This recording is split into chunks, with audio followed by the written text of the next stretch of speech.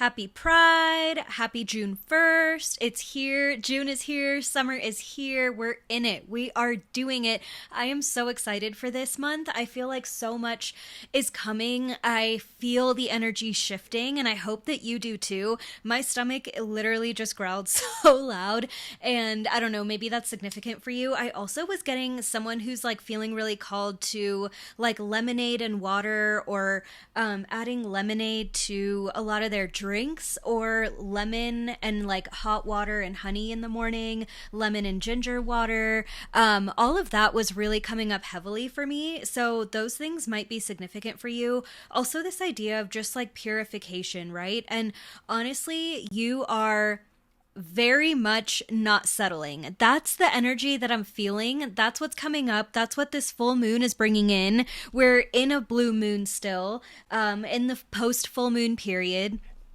And yeah, things are feeling really different and really, really lovely. You're not settling though. And the thing is, you've been that person that's like, you've always chased your passions. You've done the things that other people wouldn't do. You've said the things that other people wouldn't say. But you also have had these little instances in your life where you're maybe like tiptoeing, or you've had to people please, or you've just had people around you who you may not have been able to fully trust. And so a part of you was also holding back. And through that, like, side of you holding back, you started to feel like you couldn't be yourself. And so you started withholding more and more of who you were. But then overall, like, that affects your life, that affects your decisions, that affects your choices that you're making. Like, you not being yourself, even in certain moments, like ripples out into other areas. And obviously there's a time and a place for things. There's a time where things are appropriate. So I don't mean like, you know, that. I just mean you have been keeping parts of you to yourself. And over a long period of time, that started to accumulate. And so maybe you have friends who you do this one thing with, and then you have kind of like all these different ways that different sides of you come out. And sometimes that can be really healthy. And I feel like in a lot of ways, like, we are multidimensional. We need to express that. And so that can be really good for you. But there's something different where it's going a little bit deeper for you. And it feels like a lack of acceptance of the full self. So it's not like you can't express yourself in other ways or with the other things that you're doing, but you're feeling fractured, and you might partake in like habits kind of in secret, or, you know, have these like routines that are not really serving you, but you're also like feeling shame about these things. It could be like a person that you keep going back to that you know that you shouldn't, or something that you just keep doing, and you're like it just feels like a part of you that you're pushing away, a part of you that you've been kind of denying. And in a way, it's serving you. Something about that is serving you. All the bad habits, all the coping mechanisms that we develop in our life, we develop because it gets us something. It makes something happen for us, or it itches a part of our brain or a part of our soul that still needs like to work in those areas. Okay, I'm going to start taking a look at some of these cards because I haven't even looked yet, and they're already, it's feeling like a lot. Ooh, okay. Yeah. Okay, so we have Judgment. This is already what I've been, okay, wait, you can't see that. Hang on. Okay, there we go. There we go. Judgment. You are seeing now that you're awakening to all of these parts of your life where you've been settling. And it feels like it was like brought in by something major, like a major opportunity, a major shift, a major something that happened in your life that was like, oh, it's real. Like, it's happening now. And it also put you in a position where you couldn't really run from yourself. Like, you were backed into a corner and you had to make a decision. And it's interesting because for some of you, this was, like I said, a big opportunity, a big thing that was happening. You were moving into freedom, but that freedom is what triggered this like contraction from you, this pulling back. Yeah, and through the pulling back, you were like, okay, all these things that I want are right in front of me, or this opportunity for this thing, or this other person, or this thing that I've always seen for myself is finally coming up. But I am now shrinking and more scared than ever because I'm confronting all these parts of myself and my identity and the things that I do that I have let slide. You've let these things slide. And like, I'm in this with you. Like, this is very much also resonating for me, where again, like, you are someone who does the things you want to do. You've never been afraid of breaking the mold. Like, if you're here, you're probably a black sheep, you're probably a cycle breaker, you're probably a creative or an artist or someone who just like works for themselves or is an entrepreneur or wants to be one, maybe a musician. So there's so many things about this like role that you're like, I'm not afraid of like challenging things, of breaking the norm. Like, that's where I thrive. But that's exactly it. That is where you learn to thrive. And that's okay. That can very much be a part of you, but that is also serving you in a certain way. And like, while that's happening, there's also other parts of you that you have been putting off and procrastinating and not wanting to look at. And it could even be things that other people are excited about. Like, I'm even getting like taking care of yourself, or, you know, I'm seeing like a barber shop, like self-care, maintenance of yourself. And this doesn't even have to be anything expensive. It could be like doing a face mask or massaging your face at home, or massaging your own like neck and shoulders, or working out more and using weights, stretching. Like, all of these things don't have to cost any money at all, but you are like, you've been letting all those things go. And there's been like a lack of taking care of yourself in pursuit of something else. You've been working so hard. You've been doing so much. Like, there's such a weight on your shoulders. I literally feel, okay, I just got a picture in my mind of a wormy that's a sloth, but like, it's like arms. If you know what a wormy is, it's like these stuffed animals that are filled with like oatmeal and lavender, and you can warm them up and then like hold it, and it's warm, and it also has like some weight to it. I'm feeling something like that being like wrapped around my neck and my shoulders. And like, it just feels like a constant weight, right? This pressure that you've put on yourself to provide, to perform, to be something. And a part of that is very much your purpose. And the attachment to that is your unworthiness. It's rooted in you feeling unworthy. It's rooted in your coping mechanisms and the things that you built in order to survive your toxic family situation, or your difficult upbringing, or all the people who doubted you. You had to perform. You had to prove them wrong. It was your ticket out. I'm hearing sports scholarship, college sponsorship or scholarship. I'm hearing, yeah, like these things, literally, it felt like some skill that you had or something you were working toward was your ticket out of a difficult situation. It was out of a small town where you couldn't be yourself. It was your way out of a family who never respected you or understood you. It was your way to create the thing that you've always seen in your dreams. Like, you always knew you were going to be something. You were going to create something. You were going to be able to connect with people. Like, that is in you. That has always been a part of you. But the attachment to you realizing what your purpose is and your need to make it happen, your like forcefulness with it, your willingness to sacrifice your body and your time and your self-care and your energy levels and your relationships and the people in your life who you care about. You're sacrificing everything left and right for this thing. But honestly, what is that important? And truly, like, I'm not even asking that facetiously. There is a reason. There is a reason it is that important to you to sacrifice all these other things going on in your life. And that reason is unworthiness.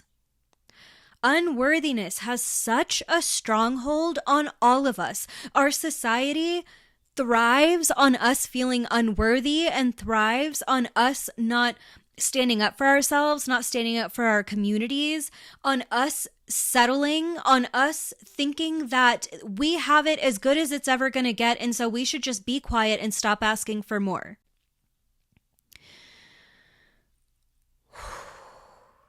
But that unworthiness is getting in the way of you creating the actual life that you want. Your willingness to sacrifice your time and your energy and your happiness and your relationships and your ability to nourish your body and your ability to take time for hobbies and other things that don't just bring you money and attention, that is unworthiness. That is not what your purpose is going to ask of you. Your purpose cannot exist if you are constantly self-sacrificing.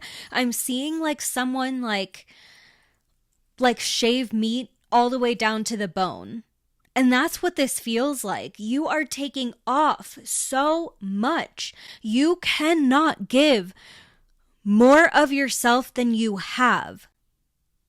And this isn't like a surface level, like your cup has to be completely overflowing. Like we pour into each other's cups and I can be at 75%, but show up for a friend in a way that I need, and maybe even communicate that, you know, like this is how I feel and this is where I am, and still show up for them, still be there for them. You can do that, and being there for them is probably going to make you feel better. You're probably going to hang out and laugh a little and remember that life is worth living. And so this isn't to like regurgitate this thing that like, you know, it's like always the self before community. I think there can be the self is community. Community is going to make you feel better. True community is always going to pour into you, and you are going to pour into it. So this isn't that kind of message, but if you are giving yourself up for something that you are telling yourself is your dream life, it is not your dream life. And this comes down to misalignment. Your purpose can vary. You can have the exact same purpose and have a completely different attachment to it. If you're a musician, your music is going to be a part of your identity, and a part of your identity is going to be your music and your art. But you cannot just see yourself as a song or an album or one band. You are more than that. You have always been more than that. And this is like you remembering your identity. This is remembering your community. This is remembering that we have to show up in other ways, and the pursuit of something through the lens of unworthiness is not our dreams coming into fruition. It's going to cause you to loop and spiral over and over. And if you have been caught in these constant loops of overthinking, doubting yourself, starting over, wanting to quit, pushing forward, doing it anyway, and a part of that is just a natural roller coaster up and down of entrepreneurship. It's never going to be a straight line. It's never going to be just an upward slope with no issues and no bumps in the road. Entrepreneurship or running your own business or creating your own art is a roller coaster, and there's many emotions that go with it, and that's just being present. So it doesn't mean that you have to be rid of all of these things that you're feeling, but you have to still be aware of what your unworthiness is costing you, because there is a cost to it. Okay, I just remembered that I didn't even look at these cards. So let's look at them and see what's going on. Okay, so we talked about judgment a little bit and this massive awakening that's happening for you.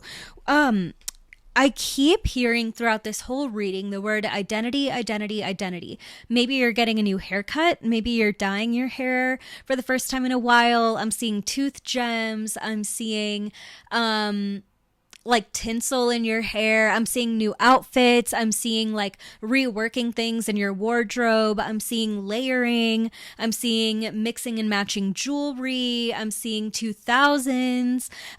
You're experimenting. You're experimenting with your look. What better time to do that than Pride Month? There's 1,000,001 events to go to, and like there's so much opportunity to be yourself and to do what you want to do. And like for some of you, if you feel like you're not able to physically attend these events, dress up in your own way. Dress up like one side of your face. I don't know. It doesn't matter. Whatever is accessible to you, do that. Or draw yourself or make yourself an art. Expressing yourself like in the most fully expressed way you could possibly see. Something about identity is heavily, heavily coming up. There's some like very direct energy and like very direct situations coming up in this. It feels like there's going to be a conflict that forces you into a transition, or this may have been like the situation that I was alluding to throughout this reading, like something that I was saying that kind of put you in a corner and caused you to look at yourself. It feels like there was some sort of conflict or some disagreement or uneasiness is something that I'm hearing. Maybe your intuition, like alarm bells were going off. Something was happening where conflict came up and it essentially forced you into a transition. I'm actually seeing someone rowing. This isn't like, oh, you're gonna be doing this. Like this already happened, or it just happened, or it's literally happening now. Like this could be like possibly a crazy algorithm pull for someone and they're seeing it exactly when they need to. And like, if you are, this is truly for you. I'm also seeing someone who's in that situation who's sitting in a car watching this. So if that's you, this is especially all for you. Okay. This direct transition is exactly what you need. And for some of you, I'm seeing you biting your nails and doubting it again because you're so used to the pattern of overthinking. And it's almost like it's not even your soul. It's just the habit that your mind is in. It's like goes from this one thought to this next one, to this next one, to this next one. And they're all related and they always just cycle through your mind. So know that any overwhelm or doubt that you're feeling about this transition, really boil down the thoughts. Look at the thoughts. You can do the work yourself. You don't have to listen to me as a random person giving a reading and trust me with your life. Have power. Take power over your life, because that's been the issue this entire time, is these little situations and moments that you are not taking your power. You're not fully standing in your truth. You're not fully standing in who you are. And then you look at your life and you're like, well, I don't really like this very much. Everything kind of sucks. And yeah, of course it does, because every opportunity you have to speak up, you don't. Hello? Like, not you guys making me read you like this. I'm tired. I'm just kidding. I'm reading me too a little bit. Okay. But like I said, the word identity was really coming up and it was being echoed with this hermit card.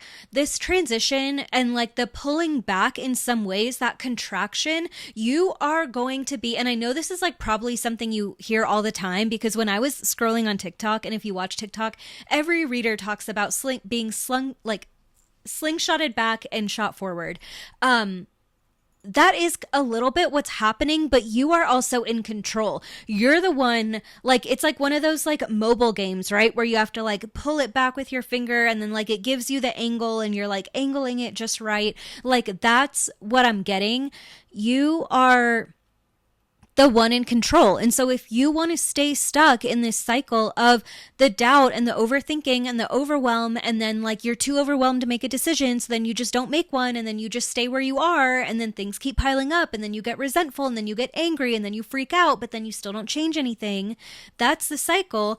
If you don't break out of that cycle, truly nothing's going to change. Like, you've seen that time and time again, and you know that you're sick of it, and you know a part of you wants to be set free, so set yourself free. And like, that's what's happening with this. It's like, and I'm seeing like, okay, I was on a plane yesterday and Caleb Heron's like model comedian stand-up show was on, so obviously I had to watch it. And like, I get this visual in my head sometimes, but then he said it, and so now it's like I'm seeing it more. But he's talking about like, if you were in like Microsoft Word or something, you would take like clip art and like drag it. I guess you could still do that now on like Canva or whatever you're designing on, but like you take a photo and you enlarge it, and right? And it's like, that's the opportunity. You can make this opportunity as big as you want to. I'm seeing an open window. How far are you going to jump and know that you'll be caught? Right? Where are you going to go? It's like you're in an airport and you can pick any gate of where you're going to go. Maybe some of you are scrolling and perusing for tickets and wondering when you can go somewhere and where you can go somewhere. Like, save up or make a plan and book the trip. Make it happen. Like if you're scrolling and scrolling and looking, like a part of you wants that, ask the universe to help you. If your guides are telling you you need to go somewhere or do something, ask them for help. Ask them to show you how. Ask them to help you make it happen. Right? Things can happen, things can work out, and don't just doom scroll and like feel bad about yourself and feel bad about your life while comparing yourself to everyone else, and then stay stuck where you are. And like the reason why, like, look at these two cards. We have the Nine of Cups, the Empress. Some of you are already doubting this, but this has resonated for you so much. So why would you doubt the good part? And that's exactly pointing to your mindset and why your mindset is not like doubling down on the good things that can happen. Right? I was just like, I got sent a check in the mail and it was for like $6, right? For something that like I needed to get, like, I had overpaid on something, and so they were sending me my money back. And like in the last month or something, I was like, oh, it would be so nice to get a check in the mail. It'd be so nice. And then I saw a video the day that I got the check in the mail, and they were like, if you were recently manifesting a check in the mail, then by the time you were manifesting it, someone had already like created the check. The money was there. They'd mailed it to you. It was on the way. Like, and I was thinking about how that's true. And then multiple times today, this thought, I've thought it, and then it's been echoed to me by other people. But the idea that like time is fluid, right? Like time is simultaneous. Time is always happening. And like even this idea of when you like us being able to see a star in the sky, but that star could have already exploded. But like because of space, we are seeing a different time, and vice versa. If a certain, like, I think this is like a thing that goes around on the internet every once in a while. It's like if a certain civilization is able to see Earth, like from a certain point, they would see Earth. I'm like kind of muddling this all up, but they would see Earth 2,000 years ago, and they would be able to see the Roman civilization. Like based on time and space, things are happening. Like whatever. You know what I'm trying to say. You can make things happen. And I saw something on one of my socials, and it said I had a certain number of views, and it was higher than usual. And I was like, oh my God, no way. Hell yeah. And then I looked at the same exact thing later from a different screen, and it was like a third of those views. And I was like, that's weird. And I was like, no, but it's the higher one. Like, obviously, why would that number show up if it wasn't real? And then I looked again later because I opened my laptop and it was like on a page. Like I was looking at this on my phone. And then I opened my laptop and that page was up from the last time I'd made an upload.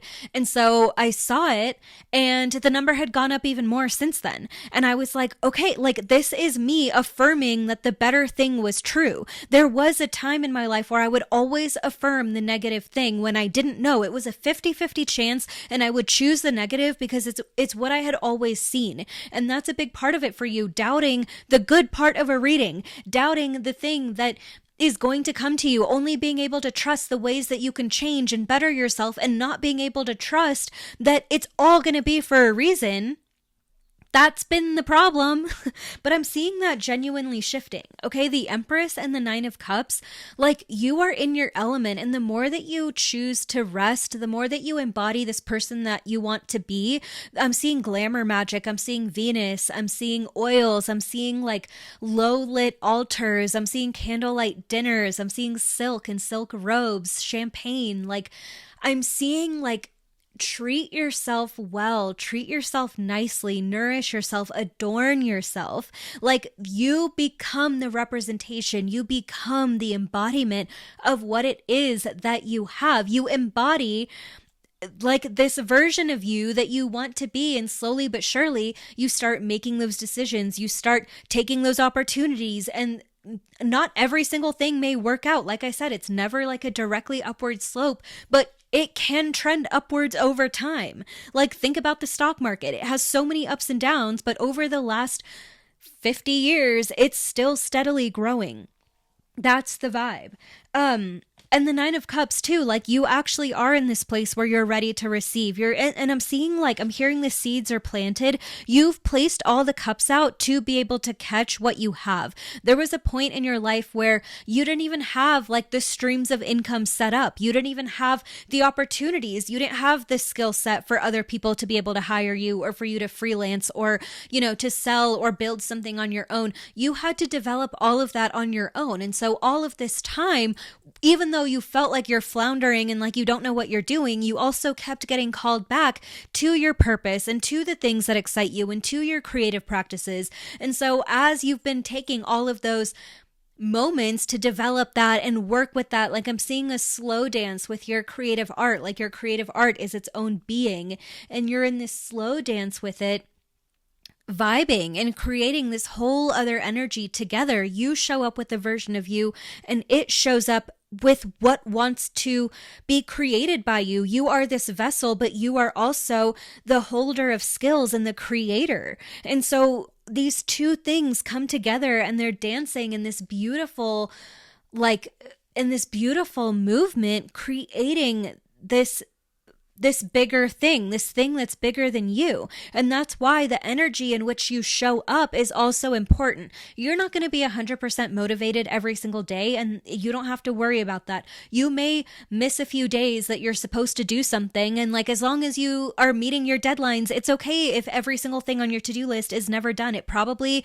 is never going to be. I always have extra things that I haven't done yet, and sometimes they get pushed indefinitely. Sometimes I completely procrastinate, but all the things that I need to do or that I want to do show up, and I get them done, and I move forward, and I'm able to be consistent, and it's not that big of a deal. You know what I mean? And so that's the energy that's coming up. Like, stop asking perfection of yourself, but show up with brightness, show up with energy, show up with, like, I'm seeing like, it's like a vase, but it could be plain, and it could be papery, and it could be thin and like ready to fall apart. Like, I'm seeing one of those like a egg carton that's compostable, right? It's like you could show up as that, or you could show up as like a ceramic, like bright yellow, beautifully designed, maybe mosaic, like gorgeous vase. That is your energy, and you're still going to hold this plant of your creativity. You're still going to grow these seeds that you've been planting, but you also can bring something to that. You can talk to the water. You can talk to the plants that you're growing. I don't know if you can hear that, but I'm hearing hummingbirds chirping outside, and I got a hummingbird feeder. My partner and I put it up recently, and like, we've been seeing so many hummingbirds every single morning and night. They're there, and like, just their little like shrill chirp, or whatever you want to call it, is just so soothing. That could also be significant for someone watching this. But yeah, like, even the Empress, right? She has, I don't even know if you've been able to see these cards this whole time. The Empress, okay, there we go. She has all these trees behind her and all this greenery that she's growing, right? And so it's like, you are the Empress. The land behind her is your creativity, and you are this energy that's showing up, that is so full, and that is so loving and giving as much as you can, as often as you can.